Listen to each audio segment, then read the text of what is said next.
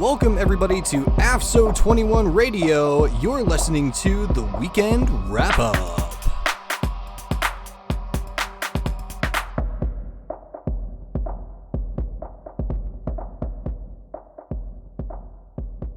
Welcome everybody to another episode of the Weekend Wrap-Up here on AFFF 21 Radio. I'm your host, Kevin Ferrara, and folks, get ready.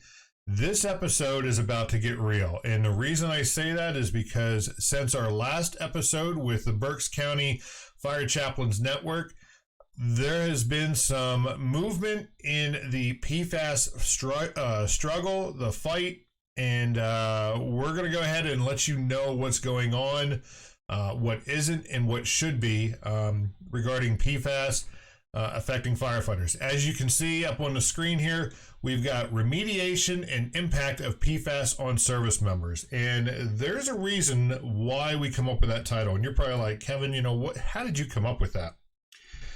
Well, that is the title of a hearing in Congress that is ongoing.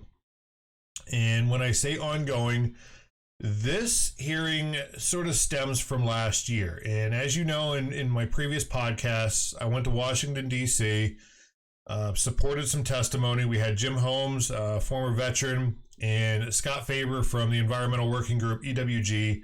They testified before Congress. Maureen Sullivan, who was there from the DoD, she testified as well. So Congress got to hear both sides of the story on PFAS and its impact on service members. Well, the testimony was given. I was there in the gallery, if you will, sitting just behind Jim and Scott. And I had a Congress member, Representative Matt Cartwright from Pennsylvania. He's not in my district. He's just north of me here. But he sat on the committee, was asking, you know, how many firefighters were exposed. Scott sort of turned around and was asking me, and I said thousands, hundreds of thousands of military firefighters over the years have been exposed to AFFF. Well, I was hoping for some progress, for some outcomes of that hearing over the past year. Haven't really seen a whole lot. So now that we have a new Congress in place, these hearings are starting to pick back up again. It's almost a schedule that occurs. So the title hasn't changed. Some committee members have changed on that. So how I got involved this year, last year my name was submitted to testify. It didn't happen. I was there to support. Perfectly happy to do so. This year my name was submitted, and the approval committee for these hearings, there's an approval committee that approves, submitted witness names. It says, hey, they're either going to be or not going to be on these hearings. Well, my name was submitted. It was approved. And January 24th was supposed to be the original date of the hearing. So we were starting off 2021 great. We started seeing some movement with this. And then the hearing got postponed. Perfectly fine. I totally get it.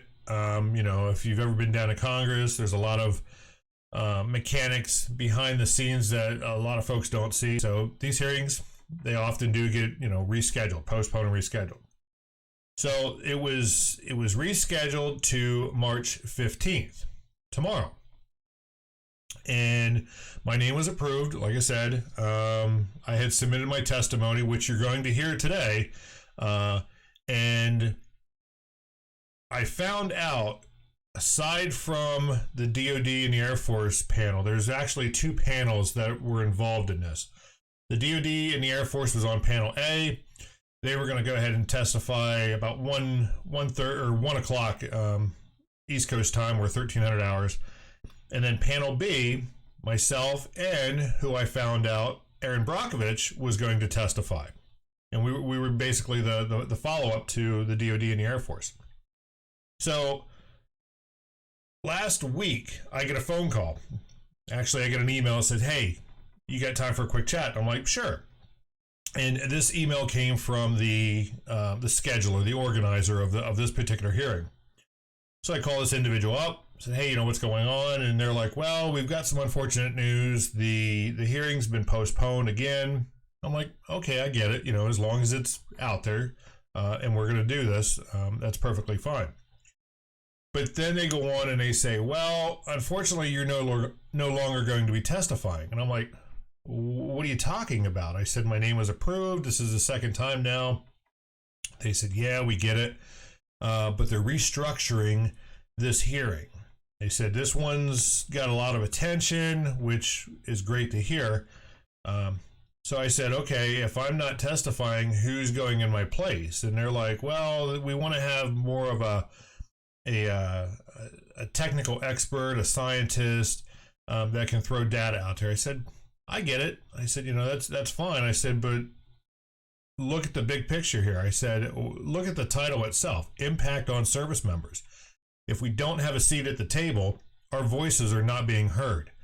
We can have all the experts out there that you want, but at the end of the day, it's the service members, the firefighters, that need to have a voice that says, this is the impact that PFAS and AFFF is having on our bodies. So, like I said, it's in, as we scroll through, I mean, here's a picture, those that are watching on YouTube, we've got a picture of old school firefighters. You can see those that are familiar with it. They've got the old hoods on. The foam is being sprayed over top of them. This is what happened, throughout a lot of our careers, former military firefighters. We were exposed to this. So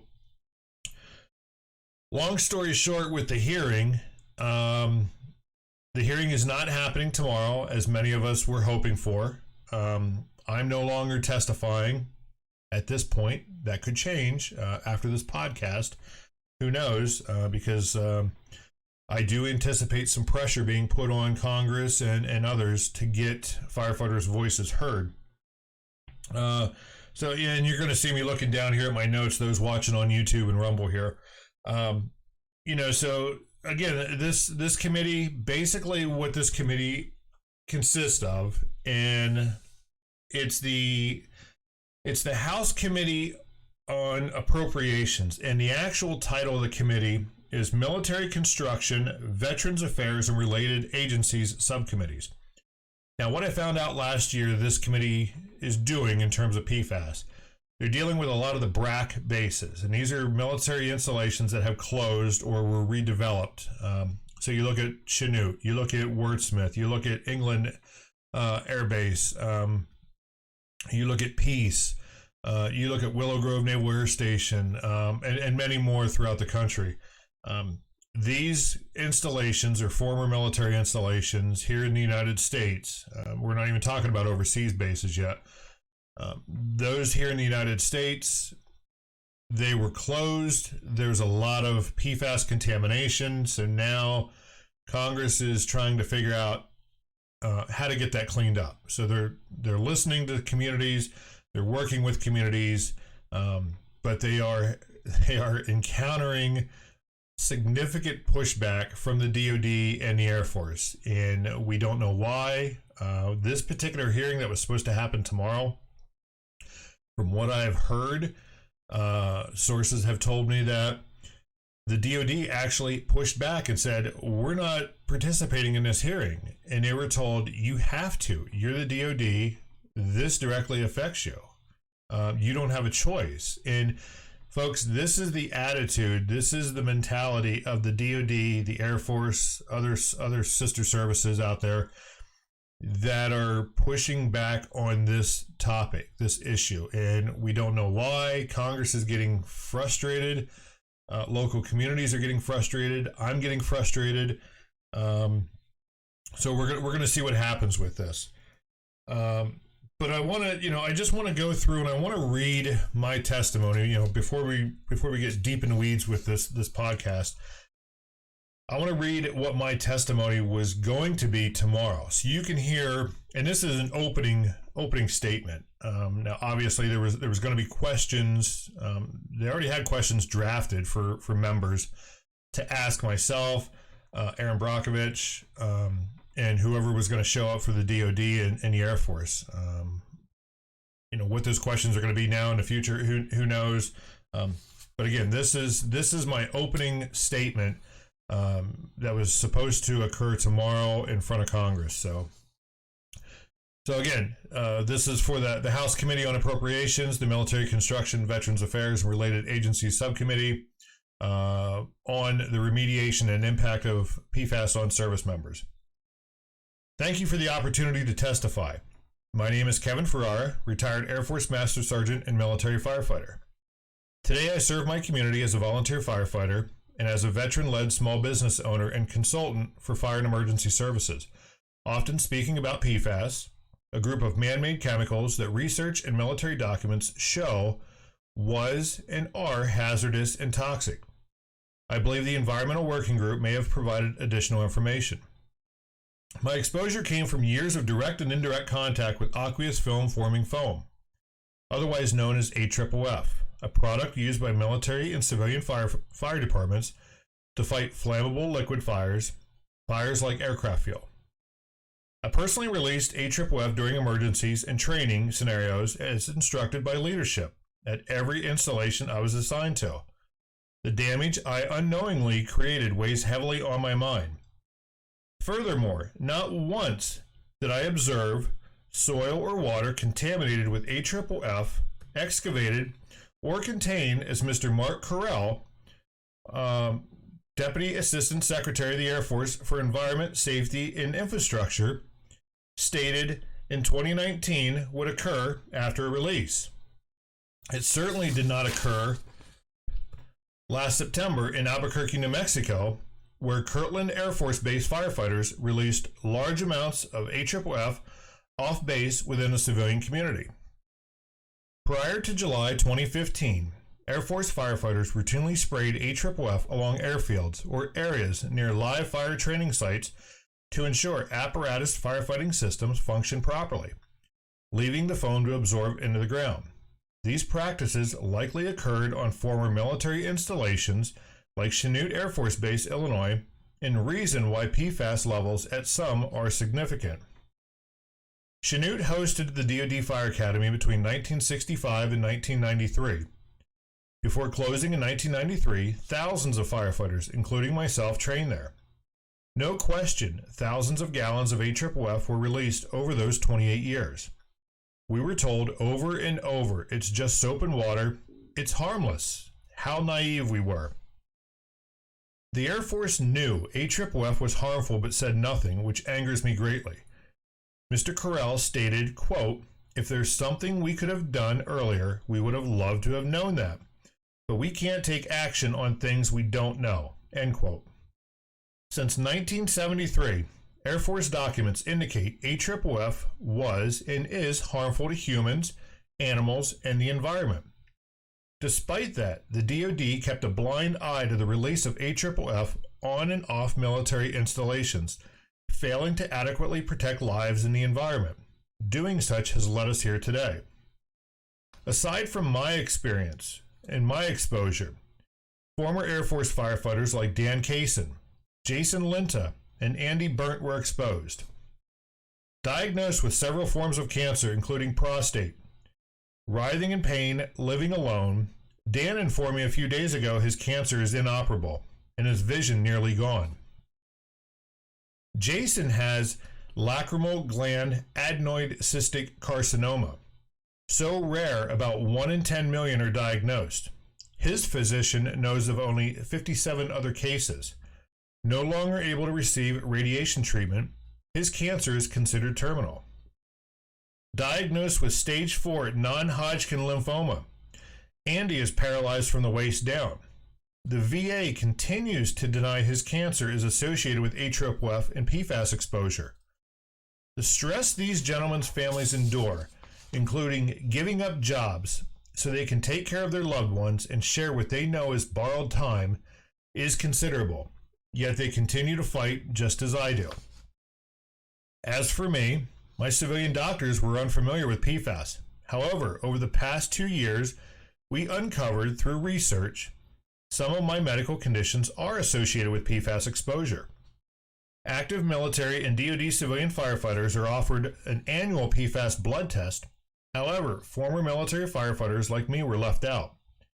The VA states they do not recommend blood tests for PFAS. However, Such tests would allow healthcare physicians to detect signs of cancer or other medical conditions. It's not a matter of if, it's a matter of when. When will my body accelerate in terms of deteriorating due to AFFF and PFAS exposure? A blood test might tell. None of us asked to be sick. We just wanted to serve our country, protect lives, and enjoy life afterwards. Sadly for some, suicide was a way of escaping their pain. How many more lives must be lost or destroyed because of PFAS? How long do we have to wait until the DoD stops passing blame and assumes responsibility for service members being unnecessarily exposed? In closing, and with time running out for many, I ask for your bipartisan leadership to expedite and fund programs to remediate contamination at former military installations, endorse legislation offering blood tests for former military firefighters, and work with the VA to establish AFFF and PFAS presumptives. Thank you for this opportunity to testify, and I look forward to your questions. Well, folks, there it is. It's crazy to know that, excuse me, that the DoD is aware of this contamination, but yet they continue to push back. They continue to deny contamination exists at a lot of former and even active military installations, and that's where I come in. I'm not easily intimidated, and that's something I'll just be honest. A lot of leadership that I dealt with in the military believes that they can, intimidate, they can silence individuals when, things are brought to their attention. And it's truly frustrating to know that for over almost 5 decades now, almost 50 years, that the DoD has known contamination exists. People were being unnecessarily exposed. Foam was just being released uncontrolled in the environment. And people, the leadership thought it was just going to go away. And that's not true. We know PFAS, it's labeled a forever chemical. Folks, it sticks around. There's no magic cure or fix to getting rid of PFAS. There's no magic fairy dust. There's no wand that you can wave and poof, it's gone. We're not going to wake up tomorrow and this problem's going to be gone. It just doesn't happen. So, you heard me talk about a blood test, and this is getting a lot of attention through our active military and DoD civilian firefighters. I've spoken to quite a few out there, in different ways, and they've conveyed to me, their concerns. And when I say concerns, it's because the DoD, in their eyes, in my eyes, and from research that I and others have done, the DoD doesn't have a plan in place to deal with PFAS. They've pretty much put the cart before the horse in terms of doing a blood test, but then that's it. So they even sent out some guidance on how this blood test is going. And to back up a little bit here, in the 2020 NDAA, National Defense Authorization Act, Congress put a provision in there that says, beginning on 1 October of 2020, military firefighters and DoD civilian firefighters will be offered a PFAS blood test. It's not mandatory. They're being offered this test. Well, looking at the documents that they submitted to really the physicians, there really wasn't anything given out to the firefighters. It was more with the med group and everything. They said, yep, during the firefighters' occupational health assessment, health exam, physical fitness, whatever you want to call it, they're going to be offered this blood test along with their lipid panel test, the normal blood test. Firefighters can either say, yep, I want it, or they can deny it. If they deny it, they actually have to fill out a form, and it's documented. And I get it. There's there's probably reasons why they're documenting that, besides just saying, hey, this person said no. That's down the road with that. But for those that did accept to have the test done, some have conveyed what their results are to me. I mean, they've redacted out their personal information, protected HIPAA. And they just sent me, hey, here's what my blood test results come back. And the Air Force, the DoD is currently testing for 6 PFAS. So oftentimes when you look at these lab tests, it'll have PFAS-6. That's just the 6 chemicals that they're testing for. There's actually more than that out there that the Air Force, the military, the DoD, and I keep saying Air Force because being Air Force for so long, so it's a habit. But when I say Air Force, I'm really talking about DoD, unless I specifically target the Air Force. But they're only testing for 6. We know there should be at least 12, if not more, different types of chemicals associated in the family of PFAS. Again, PFAS consists of thousands of chemicals out there. A lot of them we haven't even started studying yet. We know they're out there, but in terms of how they impact service members, how, with firefighters, we're just scratching the surface of these chemicals. I mean, let's face it, over the past, 4 or 5 years is when we really started hearing about PFAS, PFOS, and PFOA. Before that, it wasn't on anybody's radar. It's a blip right now, but nobody in the DoD is really targeting it. They're giving a lot of lip service. I'll say that. We haven't seen a whole lot of action yet. So these six different chemicals that they're testing for. One is PFOA, and I'm just going to give you the short names, the chemical short names. I mean, it's the long names. If you Google these short names, you'll be able to see what they are. So the first one is PFOA. Then we have PFNA, and then PFOS, PFBS, PFHPA, and that P is lowercase, and then the second P. So it's capital PFH, lowercase p, capital A, and then PFHXS, and that is capital PFH, lowercase x, capital S. And I'm going to put these all out there. I probably should have had something up here on the screen so you could see it, but we'll put it on the podcast. We'll put it in the notes for the description so you can see what they are. But folks, especially my firefighters out there, you have to become familiar with these short names, long names, whatever. Preferably the short names. They're easier to remember. Because these chemicals, like I said, they've been found in on-base, ground, and drinking water at a vast majority of U.S. military installations. Whether they're former or current, they're out there.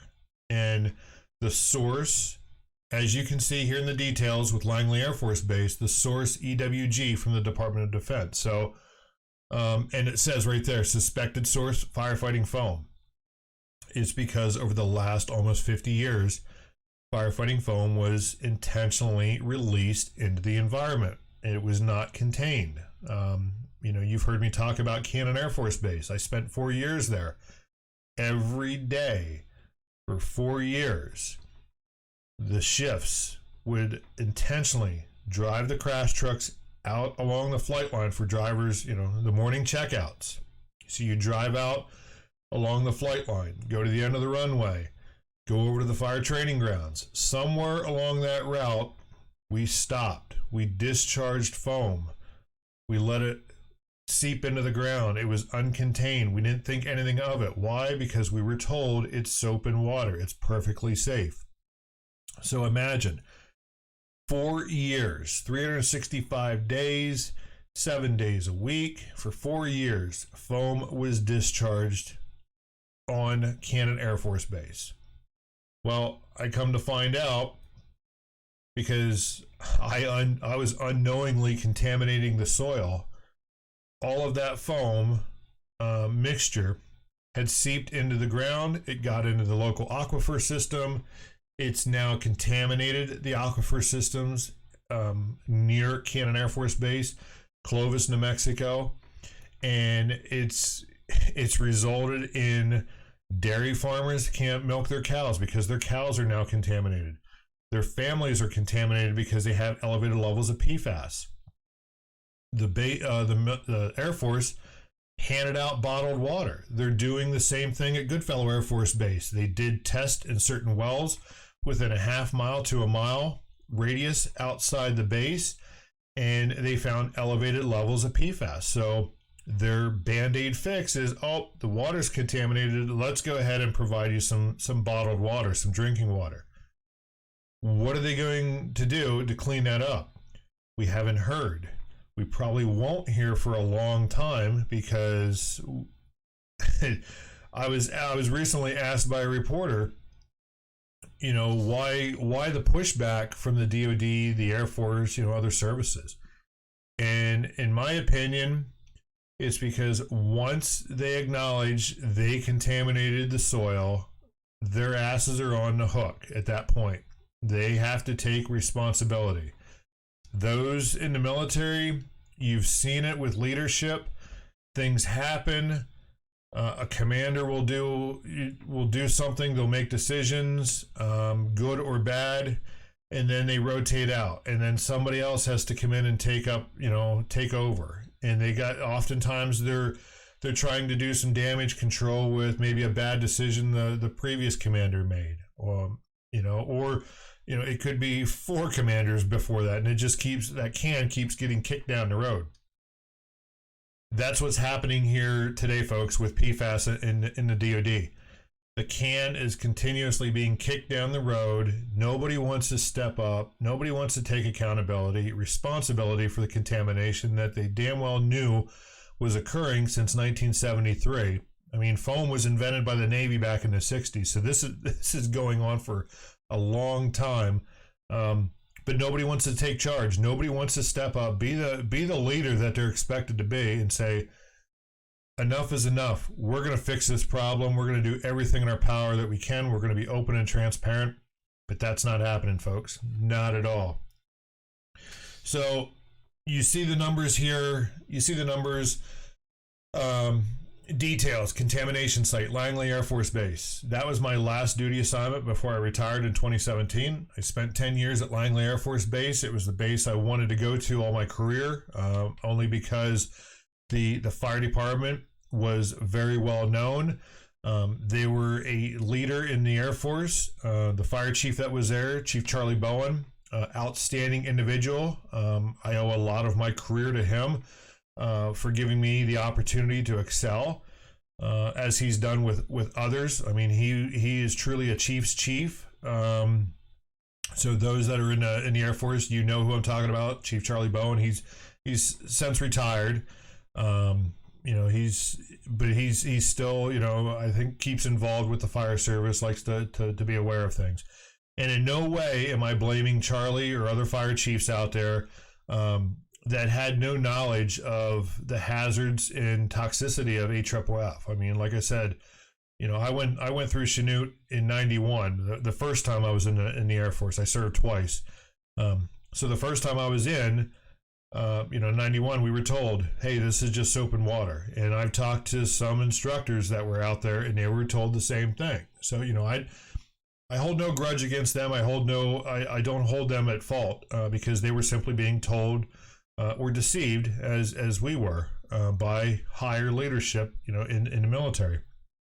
Leadership that knew AFFF was hazardous and toxic. So Now, on the flip side, are there individuals within the fire emergency services and the DoD, the Air Force, other services that had similar knowledge that AFFF was or is hazardous and toxic? Absolutely. And you've heard me call out some of those individuals in the past. I will continue to do so until they own up. They own the fact that they are responsible for not implementing policy and procedure or taking preventative actions to prevent unnecessary exposure. Whether they were told to keep quiet or not, that's not how leadership works. You often have to fall on your sword. I've done that many a time in the military. Sometimes it worked, sometimes it didn't. But I'm not one to go and stand back and watch things happen that affect lives, or the environment. I mean, if there's something that can be done, you damn well bet I was saying something about it, and I ruffled some feathers in doing that. But oh well, I always tried my best to put my crew's safety as a priority over everything else. And like I said, that pissed off some leaders. But I look back at it now and be like, not my problem. You get pissed off. How about you listen to what's going on and then we work together? But that doesn't happen. So again, looking at Langley Air Force Base here. So some of those test results, you're going to see their PFBS, PFOA, PFOS, and then you have a combination of PFAS and PFOA. And folks, those numbers are not a typo. When I first saw these on the EWG's PFAS interactive map, I thought that can't be right. Is that true? And when you look at the PFAS and PFOA groundwater on base, yes, folks, that is 2.2 million parts per trillion. All right.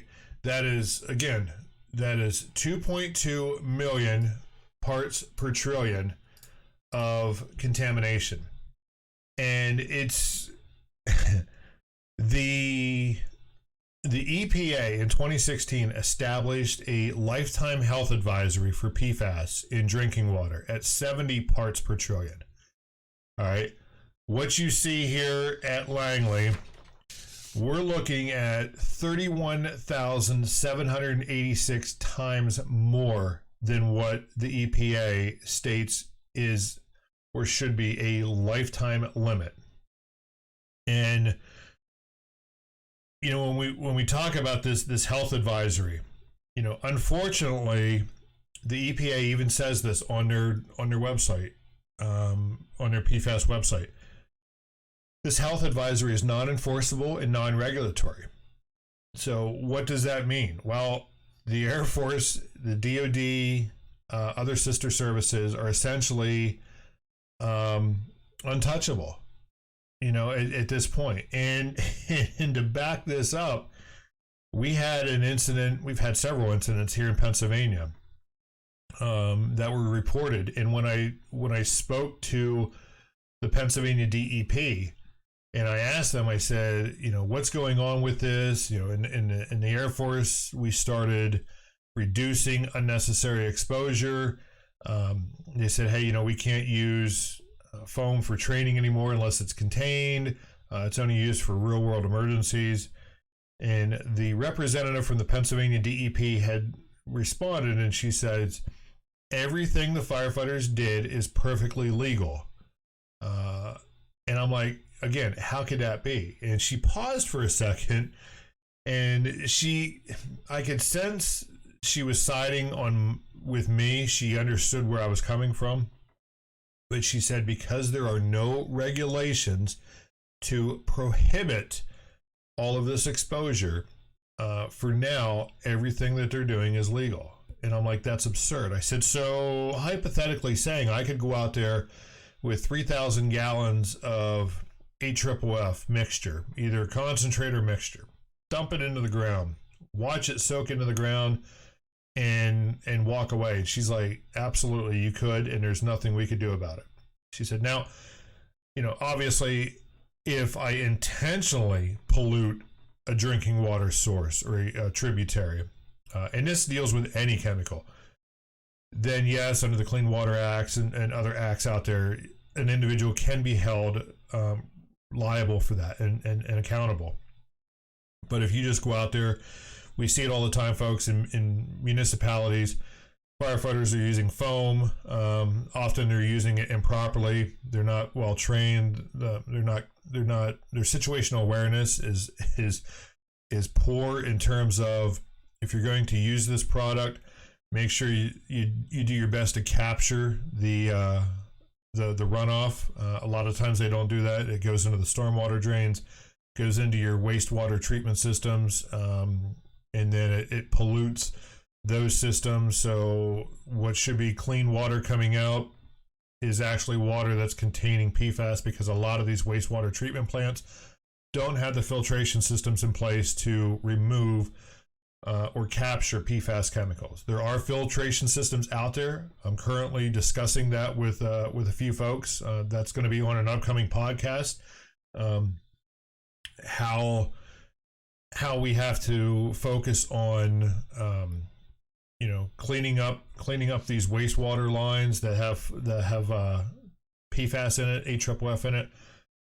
When you swap out foam in your apparatus, the apparatus are not getting properly cleaned, and individuals are just dumping new foam on top of or into the tank where there's residual from a pre-existing foam or a pre-existing foam in there. So basically you're doing nothing. You're just going through the motions, and at the end of the day, the foam is still hazardous and toxic. It still contains PFAS.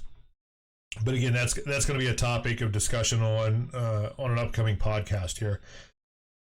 But getting back to the Langley here. So for those that aren't familiar with Langley Air Force Base, and you've heard me talk about this probably in the past, Langley is surrounded by water, the Back River, actually.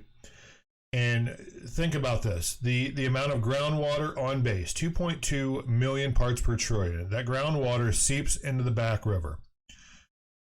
On any given day, now that we're getting into spring here, any given day you can go out there on the shore, just stand along the shorelines of Langley Air Force Base, and watch in the morning or in the afternoon. You're going to see fishermen out there either dropping or pulling crab pots. And then you'll have some folks maybe along the shoreline doing some pole fishing, or even folks out in the boat. A lot of that seafood, especially the crabs, is taken downtown, local seafood market, downtown Hampton.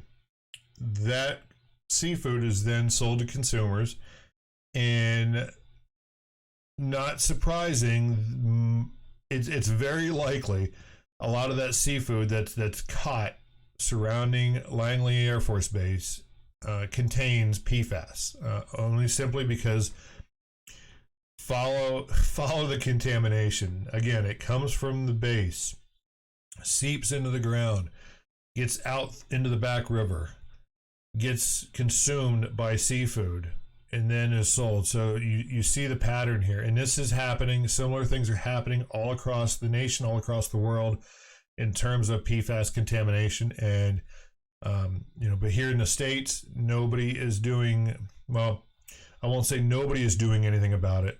The DoD is doing very little about it. It's, you look at what's going on up at Wordsmith in Michigan. The Representative Dan Kildee up there, he got some funding for the Air Force to do some remediation efforts. Well, instead of applying that towards remediation efforts, the Air Force come back and said, we're going to use that money to do research and testing. Folks, what more research and testing do you need to do? You already know there's a significant amount of contamination. You already know how that contamination is flowing underground and getting into the larger water sources. I've worked for a federal contractor after I retired. I worked at the Pentagon. As a federal contractor, I know the behind the scenes things that are going on. how they work this, and I can assure you, when the Air Force says they are doing research and testing, it's not the Air Force. They're contracting these tasks, these duties, these functions out to a federal contractor. These federal contractors make six figures, folks, and those that are familiar with federal contracts, if you give a federal contractor a time frame, they're awarded, say, a 5-year contract, they're going to milk that contract for 5 years. That's going to eat up that $13.5 million for Wordsmith. One term that I heard quite often as a federal contractor was CSP. And at first I'm like, what the hell is CSP? Continued salary plan. That is layman's term for, we're going to milk this contract for everything that it's got because I'm enjoying my 7-figure salary. So if the Air Force, if the military, the DoD says I've got 5 years, yep, I'm going to go and chunk this out and take 5 years to do it.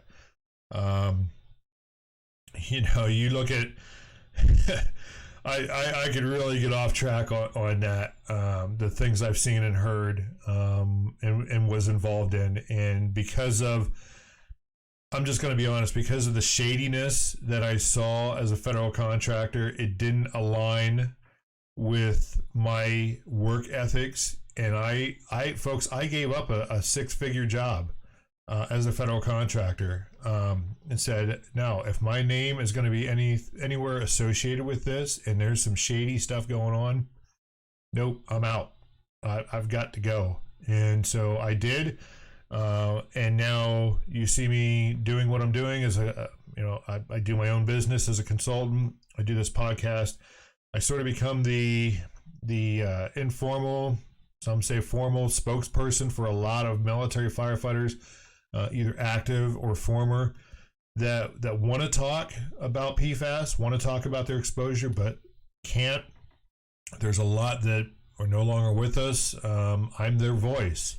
For the longest time, they were asking, their families are asking, why am I sick? Why are we sick? Why, what's going on?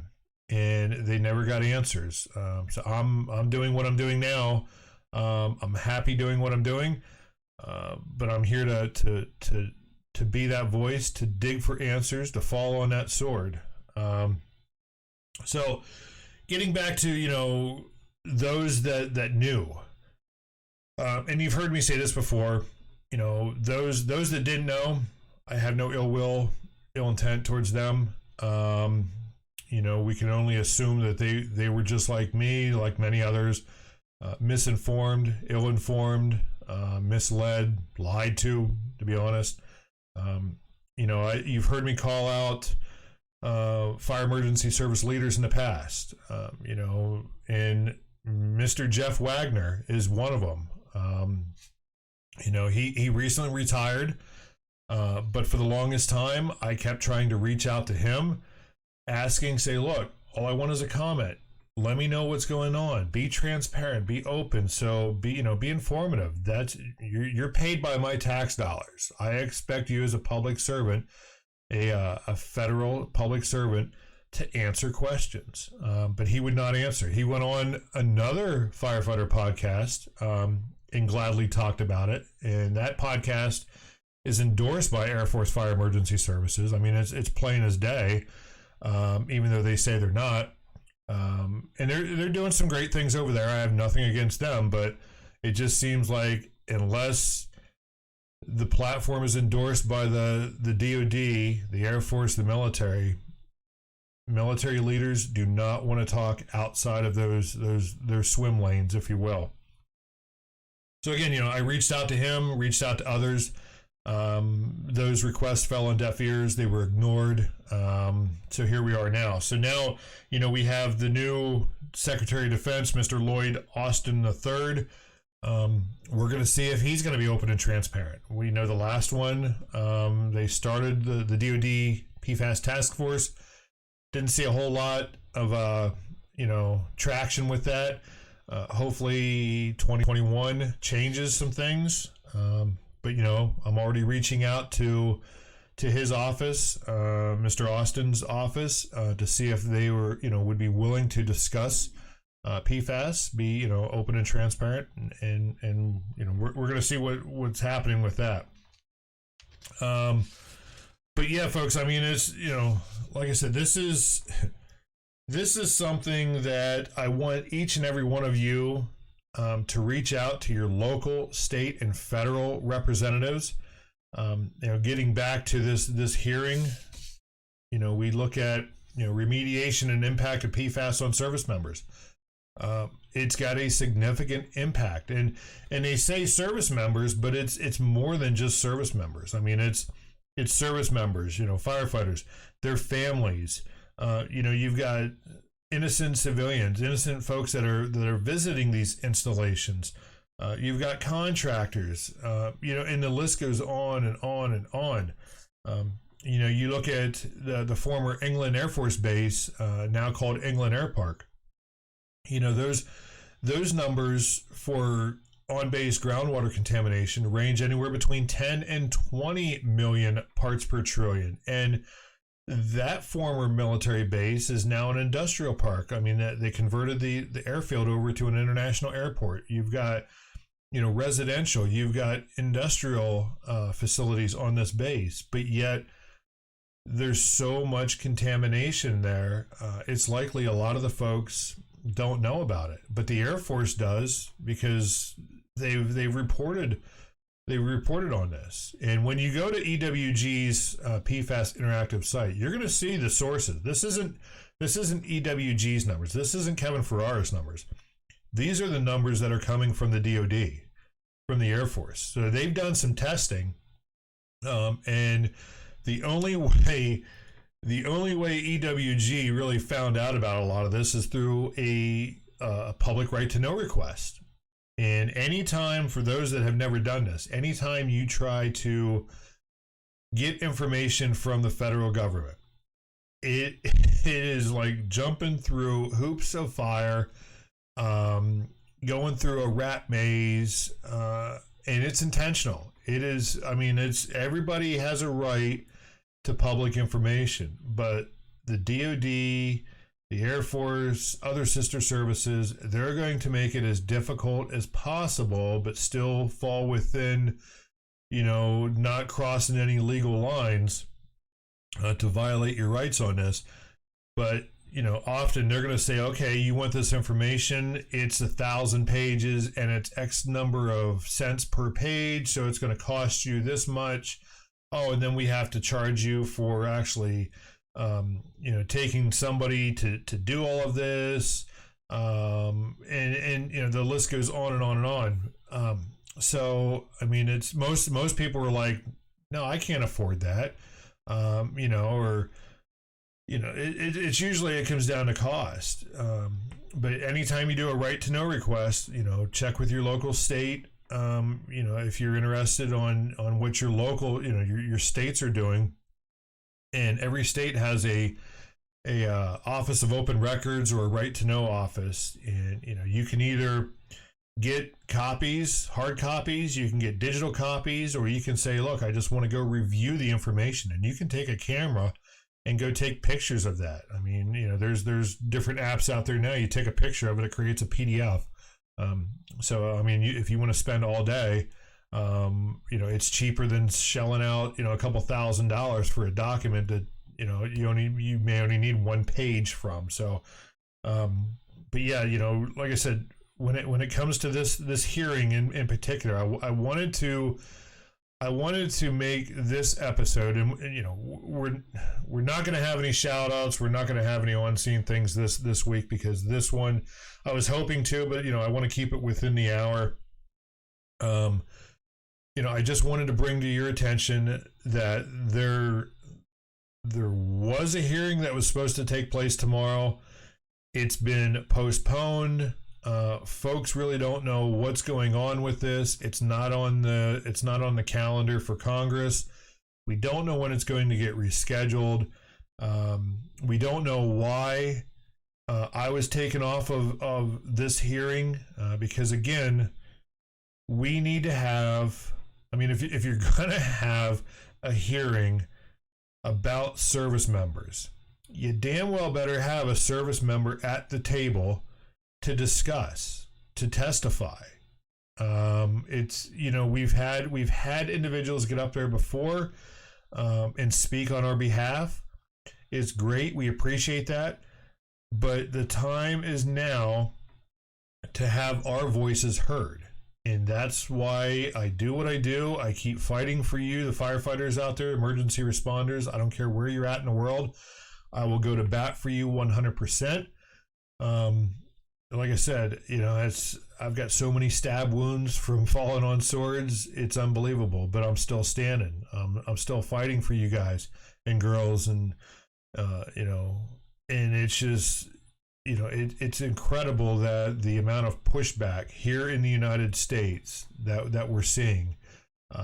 Overseas countries, you're making progress. You're getting things changed. You look down in Australia. I mean, it's incredible what they've done in Australia.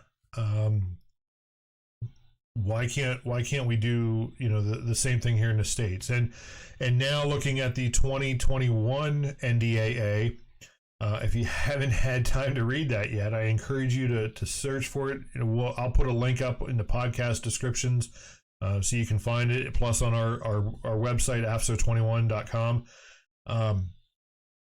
But you've got to read this and look at the absurdity in the fact that they've created a prize, a cash prize, essentially, of $5 million to any organization that can develop a fluorine-free foam for the military. Of course, it's got to meet these mil specs. Well, folks, there's fluorine-free foams already out there on the market. Why do we have to recreate something? We're reinventing the wheel. That's the problem with the military, and it looks like the Navy is in charge of it. The Navy was in charge of creating AFFF back in the 60s, and look how that turned out. Do we want them involved in creating another firefighting agent product that could potentially 50 years down the road lead us to where we are today? I don't want to go down that path. I don't want my kids. It's absurd. It's absolutely absurd that we have to continue. It's like a broken record. It keeps skipping.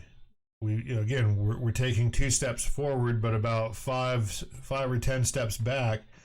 It's just a never-ending cycle. So with that, folks, if you have any questions about this hearing, like I said, I've been in contact with some reporters, been in contact with Miss Erin Brockovich and her staff on this. We are going to continue working on this. If Congress doesn't want to hear our voice, you can bet your ass that others are going to hear our voice. I keep saying 2021 is going to be the year of change. I'm going to make sure of that.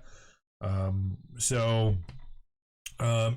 I said, if you have questions, please reach out to me here at the weekend wrap up.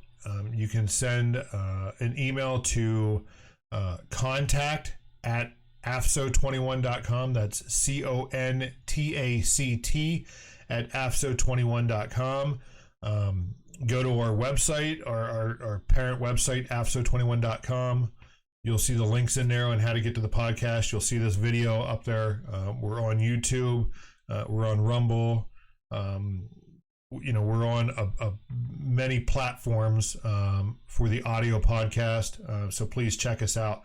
We truly do appreciate you tuning in. FeedSpot has us listed as number 6 for where they got us here this week. Yep, we are still number 6 for fire protection and safety podcasts out there. So we appreciate the folks at at FeedSpot. I'm sorry.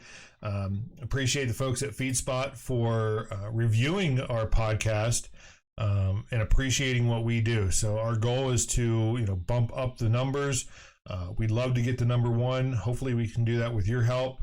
So keep tuning in, keep sharing the podcast, the YouTube site. Make sure that, I think it's down, where is it at? Right here, right there where my finger's at. You can go ahead, let me see if I do it this way. I can't even see my finger. There it is. If I go this way right here, there should be a little fire symbol right there. Please, or somewhere on here, don't know where it's at, but you get what I'm talking about, folks. Click that little share, that like, get our subscribers up, keep helping us, what we're doing so we can continue helping you. So folks, that's going to do it for this episode of the Weekend Wrap Up here on AFFF 21 Radio. It's been a pleasure. Stay tuned. Keep watching, because we're going to have a short clip from our sponsor, Fire Department Coffee. And, check out their website. Check out what they do to help out firefighters who are in need of some support. They're doing some fantastic things over there. So folks, with that, that's gonna wrap it up here on the Weekend Wrap Up. So again, thanks for watching, thanks for listening, and as always, stay safe. And with that, folks, we're out of here. Firefighters work long shifts. That's the nature of the job. If your station is like most, coffee is what keeps you going. That's why you should check out Fire Department Coffee. Veteran owned and run by firefighters, Fire Department Coffee offers a wide variety of delicious coffee, including their signature line of spirit-infused coffee, all roasted by hand and delivered right to your door. Even better, 10% of net proceeds from every sale goes to benefit wounded, ill, or injured firefighters and other first responders. And they've got a special deal for the Weekend Wrap-Up listeners. Enter discount code AFFF21, that's AFFF21 at checkout to get 10% off your next order at Fire Department Coffee. FireDepartmentCoffee.com, that's FireDePTCoffee.com.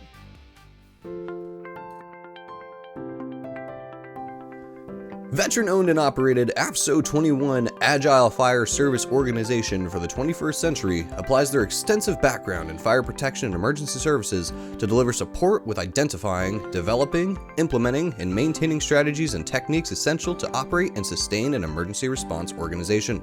AFFF 21 services include staffing analysis, risk assessment, standards of cover, training, management, and financial reviews. AFFF 21 is prepared to support your organization with increasing your capabilities values. For more information, please go to AFFF21.com. That's AFFF21.com.